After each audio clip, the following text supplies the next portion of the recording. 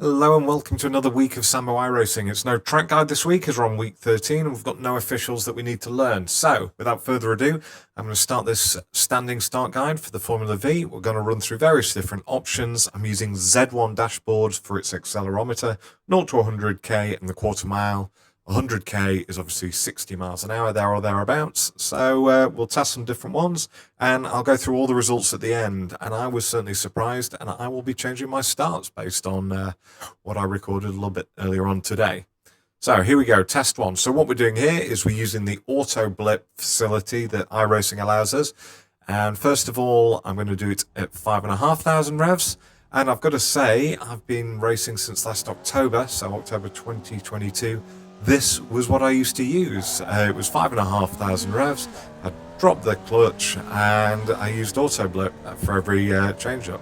I will not be doing so any longer. I'll tell you that much for free.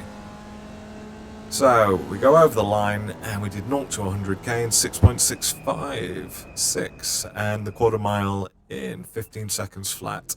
I'm using the auto reset here and I'm moving slightly every time so that I'm not using the same bit of track, because obviously we'd be getting some build-up of rubber and it would be helping us out. So I'm moving it slightly. For every single one I did 2 tests and I made sure that they were decent tests so that we had a fair average and fair comparisons.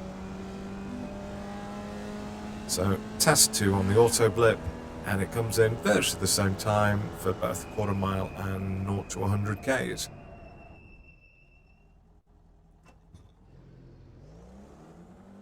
This is the exciting bit for everyone watching me maneuver my car around. I do apologise for that. I have tried to cut this video down as much as possible, but I did want to show you that I was taking every precaution going to ensure that I was making it a very fair and honest guide.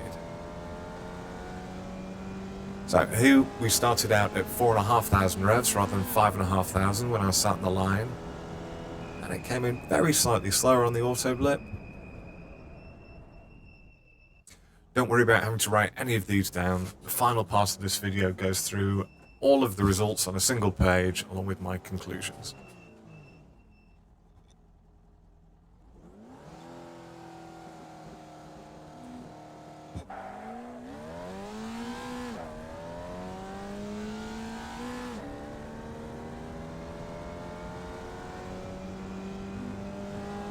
Sadly, the Z1 dashboard that I'm using isn't free, but it is a very handy piece of kit. You get 15 minutes as a free trial. That was enough to let me know. So test 2, we're now moving to manual clutch. So I've got a normal clutch and I'm using it fully here rather than going through Auto-Blip. So again, taking it to 4,500 revs, and then I'm releasing the clutch quite fast, a little bit of wheel spin, and getting off the line as fast as possible. You'll notice that the gear changes are so much quicker with the manual clutch rather than using the Auto-Blip.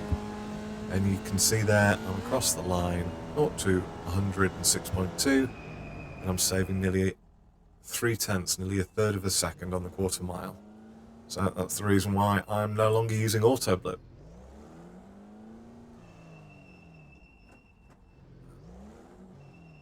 Second test at 4,500 revs.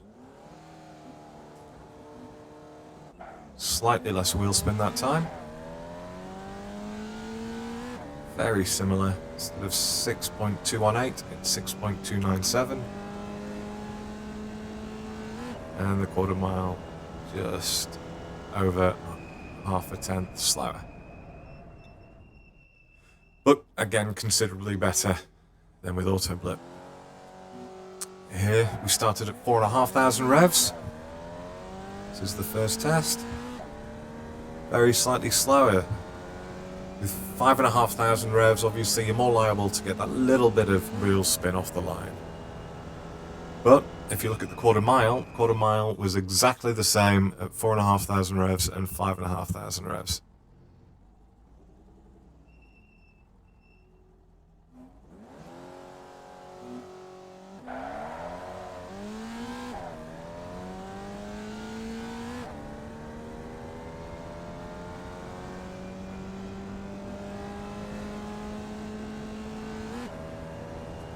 Again, over the line, very similar, Very little difference between 4.5 and 5,500 revs.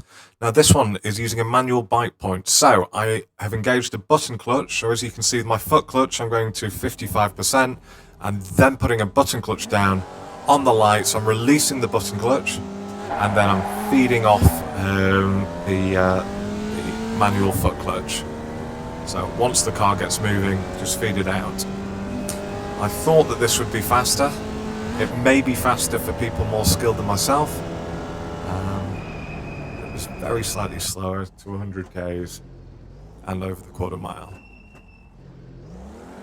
on the first test.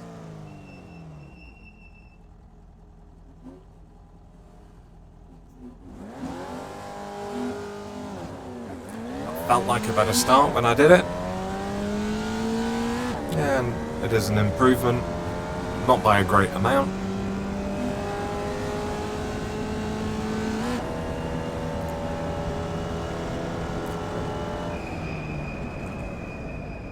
So for this one, I gave it the full beans.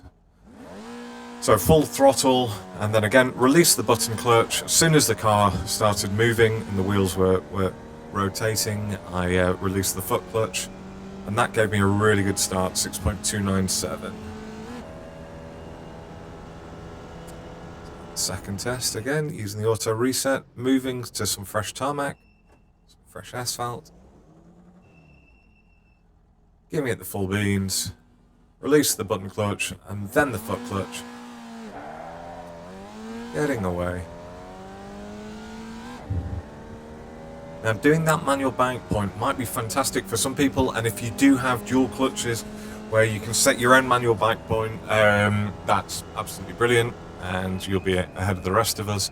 But I found it slightly confusing to let go of a button and then the foot. It's a bit like tapping your head and rubbing your stomach. You need the coordination. I'm not massively coordinated. This next test, so this is using anti-stall clutch from the iRacing submenus, and what I did was I put my foot fully on the brake and then I increased the accelerator until the car sort of bedded down. You could tell that I was, so you'll just see here, you've really got to put your foot hard down on the brake, especially if you've got load cells. And then what I do is I increase the throttle until the car beds itself down, and then I just release the brake. And then I continue from there.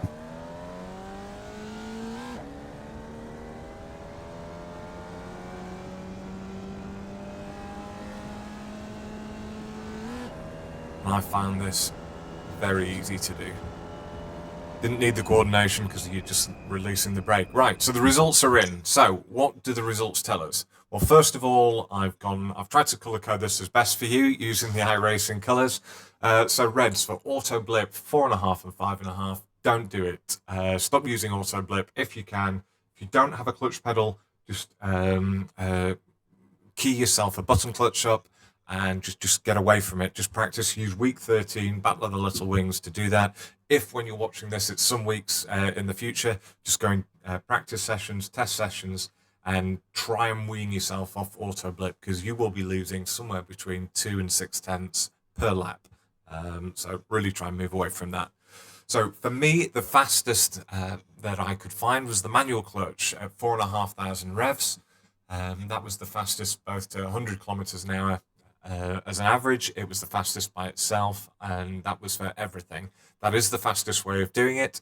I will be doing either that or the anti-stall clutch, putting my brake pedal on as hard as possible, finding the bike point, letting iRacing sort the bike point for you, and then just releasing the brake. I found that very much the easiest way. I didn't have to think about anything. I didn't have to worry about releasing a clutch or anything, because iRacing did that for me. That's what I will be going to do.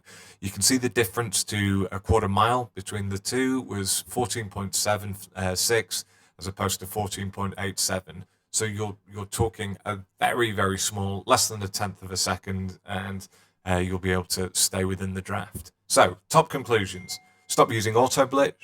Manual clutch is the fastest at around 4,500 revs.